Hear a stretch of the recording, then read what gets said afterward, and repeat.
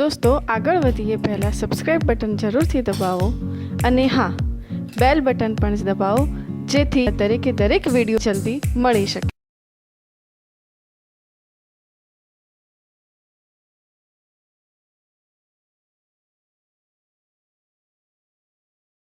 આપણે કુલમનો નિયમ જોઈ ગયા. કુલમ શું કહે છે કે બે વિદ્યુત ભારો વચ્ચે લાગતું વિદ્યુત બળ તે બંને વિદ્યુત ભારોના ગુણાકારના સમપ્રમાણમાં અને તેમની વચ્ચેના અંતરના વર્ગના વ્યસ્ત પ્રમાણમાં હોય છે.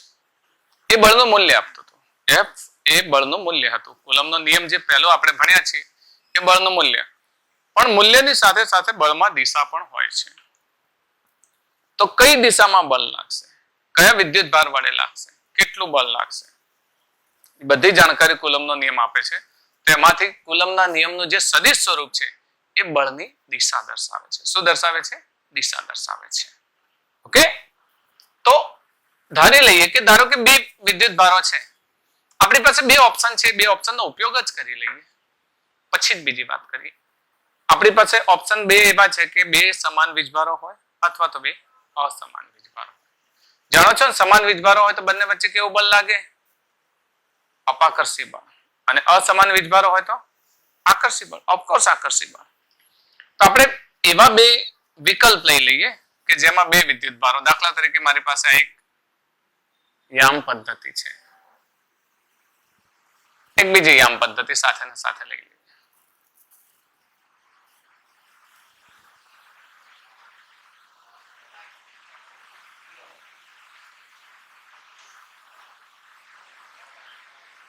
બીજી યામ પદ્ધતિ છે. પ્રથમ યામ પદ્ધતિમાં જે વિદ્યુત ભારો છે એ બંને સમાન વીજભારો છે. ધારો કે એક પોઝિટિવ છે અને બીજો પણ પોઝિટિવ છે. નીચે ટોપિક લખી દઈએ ને, આ એક્સ અને આ વાય યામ સમાન વીજભારો.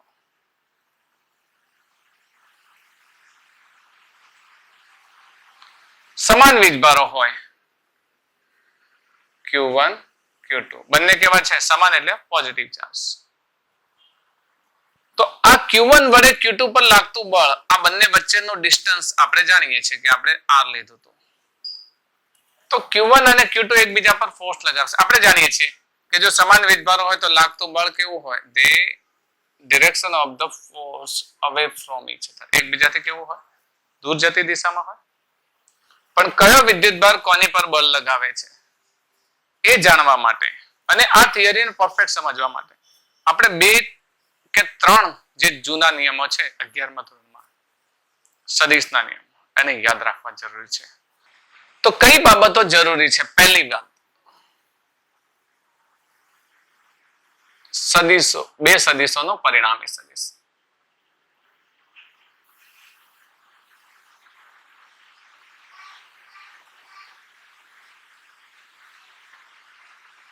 Four example, head to tail એ છે સદિશ અને આ સદિશ બી છે. તો આ આર બરાબર શું લખી શકાય?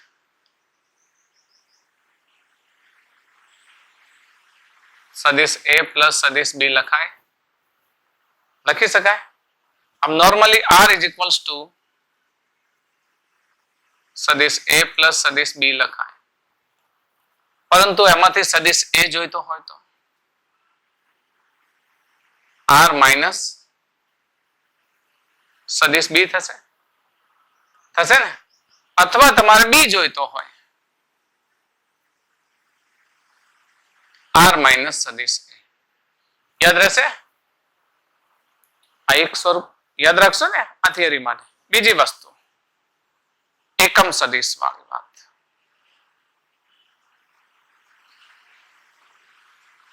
એકમ સદિશ વાળું લેક્ચર તમે આઈ કાર્ડમાં જોઈ શકો છો. તો એકમ સદિશ વાળી વાત, એકમ સદિશ એ નો એકમ સદિશ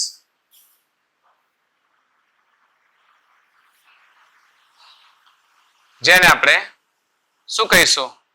એકમ સદિશ એ કેપ કહીએ છીએ ને આપણે. તો શું થશે? આપેલો સદિશ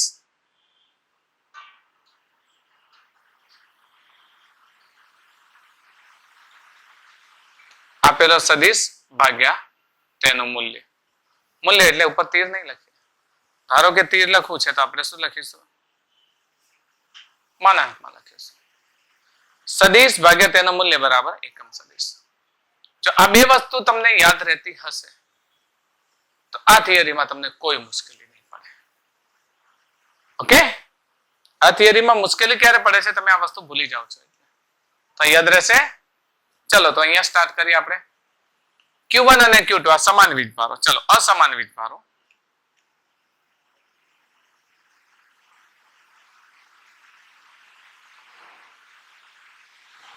એવી રીતે જ મૂક્યા છે. Q1 અને Q2 અસમાન વીજભારો. ચલો તો અહીં આગળ ઉગમ બિંદુથી આના પર લાગતું જે બળ છે જેને આપણે શું લખીએ? R1. Q1 નો સ્થાન સદિશ R1 અને Q2 નો સ્થાન સદિશ R2 લઈએ. તો જો આપણે અહીંયાથી આ તરફની દિશા લઈએ, સમજો, એક તો R12 શબ્દ અને F12. અહીંયાથી આ તરફની દિશા લઈએ જેને R12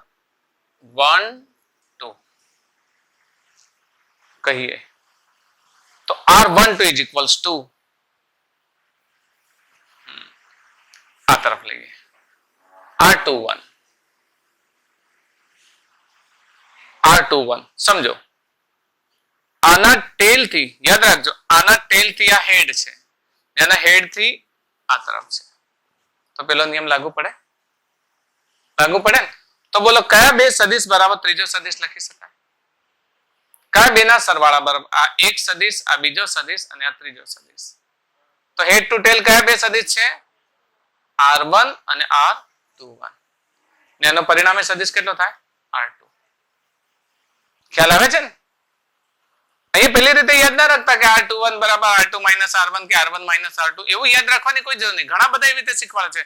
અલગ અલગ શિક્ષકો જે ભણાવે છે અલગ અલગ પ્રમાણે શીખવાડે છે. પણ એક ઉદ્દેશ્ય યાદ રાખજો, આ પ્રમાણે from tail to head અને from tail to head, તો આ બંનેનો પરિણામી ક્યાં છે? આ રહ્યો. ખ્યાલ આવે છે ને? અહીંયા from tail to head and from tail to head મતલબ R1 plus R21 is equal to R2. લખી શકાય? લખી શકાય? કેવી રીતે લખીએ? R1 plus R21 is equals to R2. તો R21 is equals to શું લખી શકાય? R2 minus R1. કોઈ શિક્ષકે આનું નામ R12 આપી દીધું છે. કોઈ શિક્ષકે આનાથી આ તરફનું નામ R12 આપી દીધું છે. તો પછી એના માટે R12 બરાબર R2 minus R1 થશે. ખ્યાલ આવે છે ને? આ તો નામ ઉપર ડિપેન્ડ કરે છે ને. એવું નથી કે પહેલું છે તો પહેલું લખો અને પછી બીજું લખો, એવું નથી. એવું અહીંયા તમારે યાદ રાખવાની જરૂર નહીં. ઘણા શિક્ષકો એવી રીતે યાદ પણ અપાવે છે. આપણે એવી રીતે યાદ રાખવાની જરૂર નથી, પણ એટલું ખાસ યાદ રાખજો કે હેડ ટુ ટેલ બરાબર પરિણામ. પછી આનું નામ ગમે તે હોય, ભલે x હોય તો x is equal to R2 minus R1 લખી શકાય. ઓકે, હવે એક બીજો શબ્દ યાદ રાખશો ફોર્સ ની દ્રષ્ટિએ. પહેલા અસમાન માટે પણ દોરી લઈએ.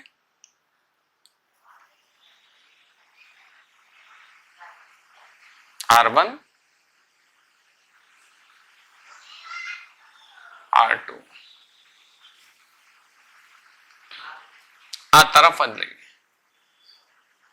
R21 R21 એટલું જ થશે. R2 minus R1 લખી શકીશું ને આપણે. હવે એક બીજો શબ્દ યાદ રાખશો F12. અને યાદ રાખવા માટે હું તમને શીખવાડું છું. એક શબ્દ યાદ રાખજો, પર બડે. યાદ રહેશે? પર બડે, પર બડે યાદ રહેશે. તો F1 એટલે Q1 પર, F2 એટલે Q2 વડે લાગતું બળ.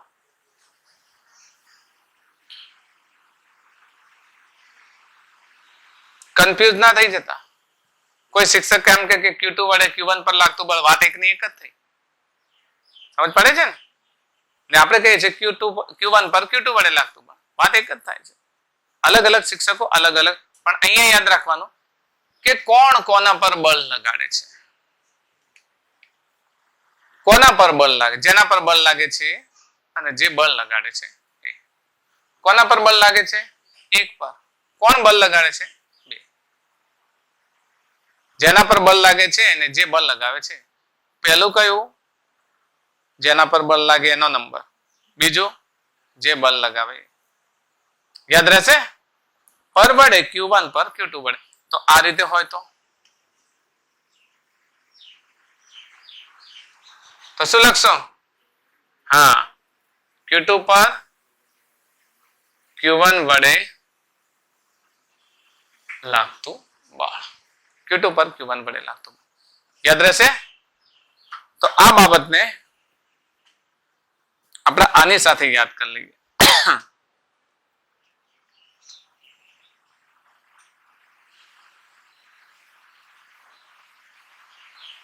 કુલંબના નિયમનું સદિશ સ્વરૂપ નીચે મુજબ લખાય.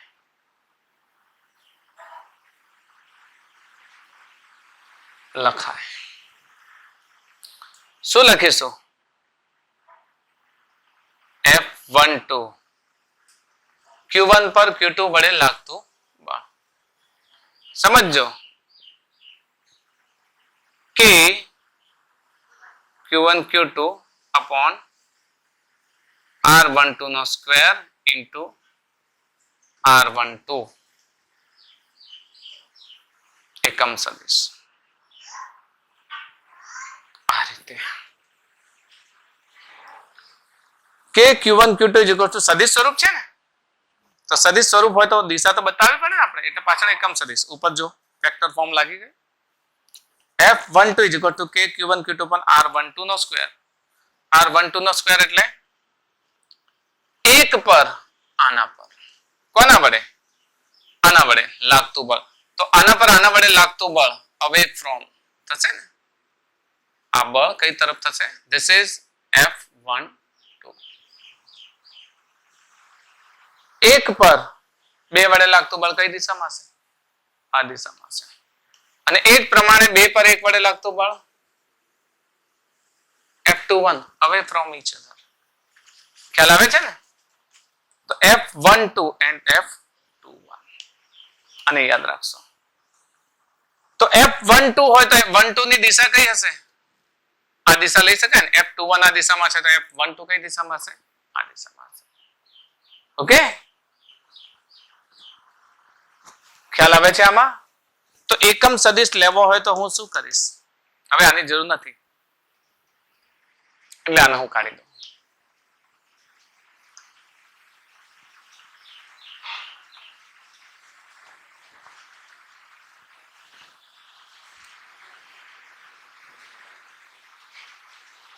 R12 is equals to R12 સદિશ divided by R12 ની value according to this one. લખી શકાય કે નહીં? તો R12 સદિશ ને આપણે કેવી રીતે લખીએ છીએ?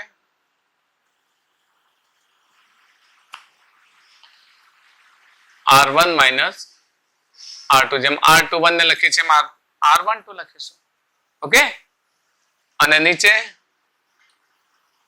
સદિશ ભાગ્યા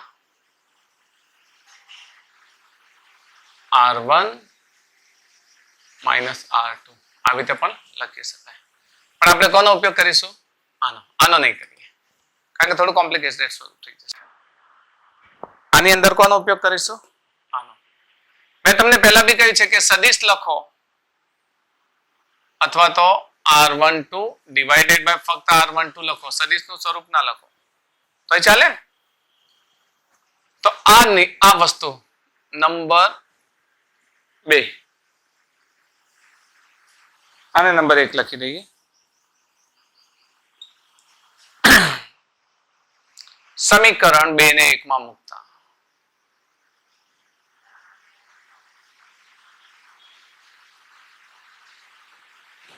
શું થશે?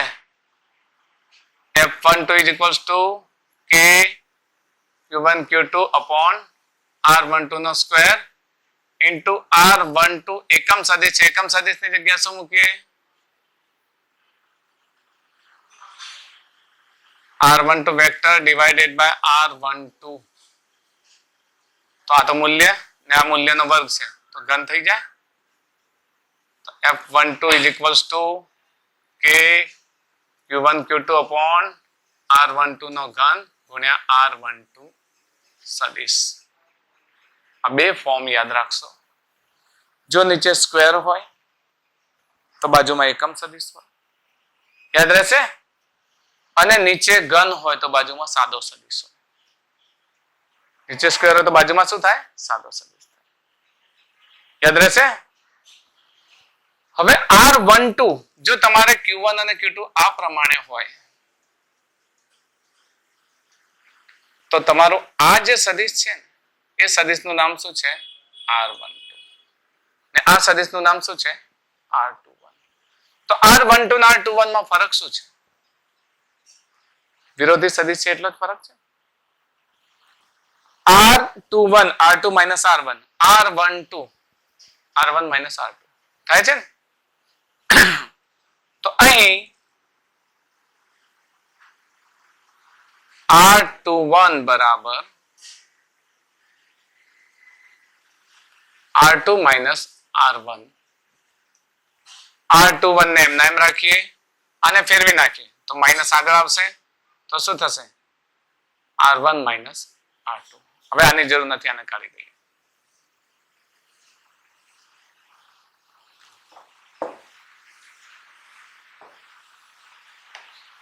R21 R2 minus R1 અને ફેરવીને માઇનસ કોમન કાઢો R1 minus R2 થાય. તો R21 is equals to minus એમના એમ R1 minus R2 બરાબર શું લખી શકાય? R12 લખી શકીએ ને આપણે. સોરી, આ યુનિટ વેક્ટર લખીશું તો શું થશે? R12. તો R21 અને R12 એકબીજાના કેવા છે? વિરોધી સદિશ. આમ છે અને આમ છે. છે ને વિરોધી સદિશ? ખાલી દિશા જ અલગ અલગ છે. ઓકે. તો હવે જો તમારે F21 લેવું હોય, જેમ F12 લીધો એ F21 લો. ચલો આ દિશામાં F21 કેટલું થશે? K Q1 Q2 upon R21 square into R21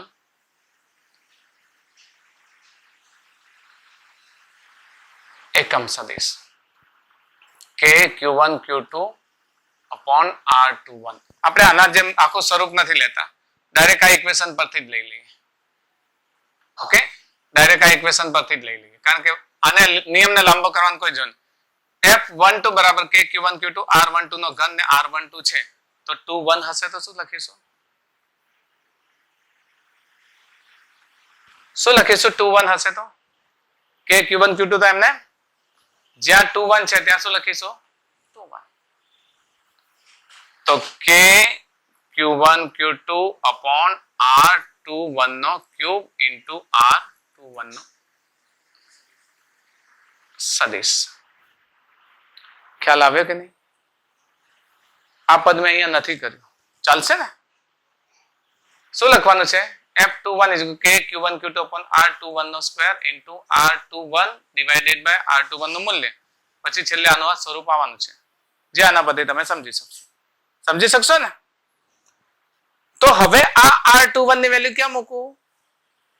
શું હું અહીંયા મૂકી શકું? મૂકી શકાય. ઓકે. અને બીજી વાત, બંનેનું મૂલ્ય લઈ લીધું હોય R21 બરાબર R12 સદિશ, આ માઇનસ, તો મૂલ્ય તો સરખું જ થાય. એનો મતલબ R21 હવે સદિશ નહીં, R21 બરાબર R12. ઉપર સદિશ ના હોય એનો અર્થ શું થયો? કે બંનેનું મૂલ્ય તો સરખું જ રહેવાનું. તો હવે આપણે અહીંયા લઈ લઈએ F21 બરાબર K Q1 Q2 upon R12 નો ક્યુબ into R12. 21 ની જગ્યાએ R12 મૂકીએ તો આગળ શું આવશે? માઇનસ આવશે ને? કયો માઇનસ આવશે? R21 છે. R21 ની જગ્યાએ શું મૂક્યું? R12. તો R21 is equal to minus R12 છે ને? એટલે આ માઇનસ નું ચિહ્ન ક્યાં આવશે? આગળ આવશે. આ બંને કેવા છે? સમાન છે. એટલે આની જગ્યાએ આ મૂકીશું તો કોઈ માઇનસ નહીં આવે. ઓકે, તો એનો અર્થ થયો F21 is equals to minus અને આખું શું થશે કે Q1 Q2 upon R12 cube into R12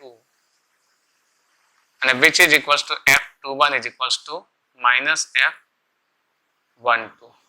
શું આ સમીકરણ આના જેવું નથી? F12 કે Q1 Q2 upon R12 એવું જ છે. મતલબ એક વિદ્યુત ભાર બીજા વિદ્યુત ભારને જેટલા બળથી ધક્કો મારશે એટલો જ વિદ્યુત ભારથી બીજો બળ પહેલાને પણ ધક્કો મારશે. એક વિદ્યુત ભાર બીજા વિદ્યુત ભારને જેટલા બળથી ખેંચશે એટલા જ બળથી બીજો પણ પહેલાને શું કરશે? ખેંચશે. તો કુલમનો ન્યૂટનનો ગતિનો ત્રીજો નિયમ તો કહેવાય ને.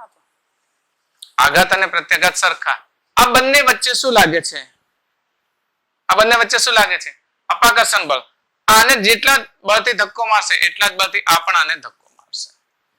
આના પર જેટલા બળથી આકર્ષણ બળ લગાવશે એટલા જ બળથી આ પણ આના પર એટલા જ બળથી આકર્ષણ બળ લાગશે. આને કહીશું F12 અને આને કહીશું F21. તો કુલમનો નિયમ કયા નિયમનું પાલન કરે છે? ન્યૂટનની ગતિના ત્રીજા નિયમનું. તો આમાં તમે કેટલી વસ્તુ યાદ રાખી? એક તો સદિશનો નિયમ યાદ રાખ્યો. કયો? હેડ ટુ ટેલ બરાબર આ. એના પછી તમે લખી શકો. આમાં પણ એવું છે, જો હેડ ટુ ટેલ આ લખો તો R12 બરાબર તમે લખી શકો. R12 બરાબર R2 minus R1 લખી શકો ને? ઉપર આપણે લીધું છે. ઓકે, કુલમના નિયમનું સ્વરૂપ લખ્યું. આ સદિશ સ્વરૂપ તમારે યાદ રાખવાનું કે 1 પર 2 વડે લાગતું બળ. F12 2 પર 1 વડે લાગતું બળ. F21 પહેલું જનરલ સ્વરૂપ છે. એ સ્વરૂપમાં R12 એમના એમ R21 R12 નું મૂલ્ય લખ્યું. કેટલું? સદિશ R12 ભાગ્યાનું મૂલ્ય R12 એ અહીંયા મૂકી દીધું એટલે ઘન વાળું સ્વરૂપ મળ્યું. એવું ને એવું બીજા માટે લીધું ને. પછી નીચે શું કર્યું? સદિશની કિંમત મૂકી. મૂલ્ય તો એનું એ જ થાય, માત્ર શું બદલાયું? દિશા બદલાવાથી પહેલો 2 પર 1 વડે જેટલું બળ લાગે એટલું ને એટલું 1 પર 2 વડે બળ લાગે પણ વિરુદ્ધ દિશામાં લાગે. તો આમ કુલમનો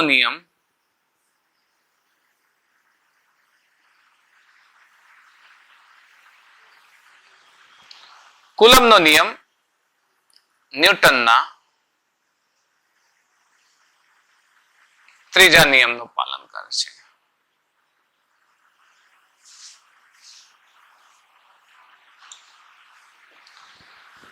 આ તો આપણે થિયોરિટિકલ ભણી ગયા. શું તમે આને લખી શકો વ્યવસ્થિત રીતે?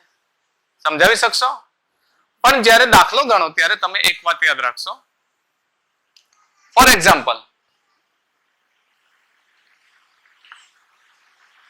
આ ત્રિકોણ છે. ત્રિકોણ પર ત્રણેય પર સમાન વીજભાર લાગેલા છે. સમબાજુ ત્રિકોણ છે એવું માની લો. એક ઉદાહરણ આપું છું તમને. સમબાજુ ત્રિકોણ છે અને સમાન વીજભાર છે, પણ ફરક એટલો છે કે એકનો આ ત્રણે પોઝિટિવ છે. ચલો, ત્રણે પોઝિટિવ છે. આનું નામ આપી દઈએ. આ પહેલા નંબરનો છે કણ, બીજા નંબરનો, ત્રીજા નંબરનો. વીજભારનું મૂલ્ય સમાન છે. તો આ પહેલા નંબરના કણ દ્વારા ત્રીજા પર લાગતા બળને આપણે શું કહીશું? 3 પર 1 વડે. યાદ રહેશે? 3 પર 1 વડે. 3 પર એટલે 3 પર 1 વડે. That is F31. યાદ રહેશે ને? F31. સમબાજુ છે, ઇક્વિલેટરલ ટ્રાયેંગલ એટલે ત્રણે બાજુ કેવી થઈ ગઈ? સરખી થઈ ગઈ. સપોઝ ત્રણે બાજુઓ વચ્ચેનું અંતર કેટલું છે? R છે. ત્રણે બાજુની લંબાઈ. અને આ પોઝિટિવ છે ને આ પોઝિટિવ છે તો બળ કઈ દિશામાં જશે? આ દિશામાં. આ પોઝિટિવ છે ને આ પોઝિટિવ છે તો બળ કઈ દિશામાં જશે? આ દિશામાં. 3 પર 2 વડે, that is F32 નામ આપ્યું.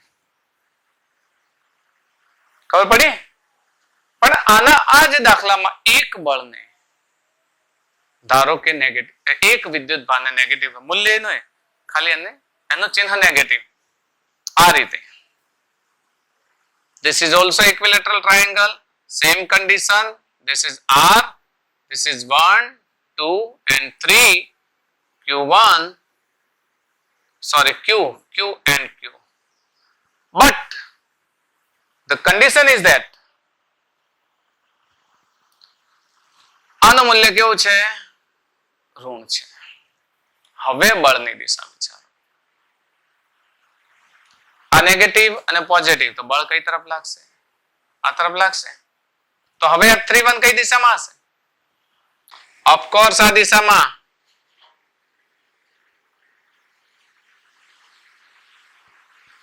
કારણ કે નેગેટિવ અને પોઝિટિવ વચ્ચે હંમેશા કેવું ફોર્સ લાગે? એટ્રેક્ટિવ ફોર્સ લાગે. લાગે ને? ખબર પડે છે? પણ 2 અને 3 વચ્ચે લાગતું ફોર્સ કેવું છે? આ દિશામાં. જોઈ લો, ફોર્સની દિશા ચેન્જ થઈ ગઈ. કારણ કે આ બંને પોઝિટિવ છે એટલે અવે ફ્રોમ ચાર્જ, અને આ પોઝિટિવ નેગેટિવ છે ટુવર્ડ ધ ચાર્જ. ખ્યાલ આવે છે? તો આવા તમને દાખલા આવશે, આવા તમારા દાખલા આવશે. તો આપણું આના પછીનો જે લેક્ચર છે ને, નીટ માટેનો એક લેક્ચર લઈશું. ઓકે, નીટ માટેનો. એ નીટ માટેના લેક્ચરમાં આ બધા જ પ્રશ્નોનું સોલ્યુશન કઈ રીતે આપી શકાય, તમને જે નીટનું મટીરિયલ આપ્યું છે એ મટીરિયલમાં તમે કઈ રીતે સોલ્યુશન લાવી શકો, એનું એક સ્પેશિયલ લેક્ચર લઈશું. Okay, that's all four today.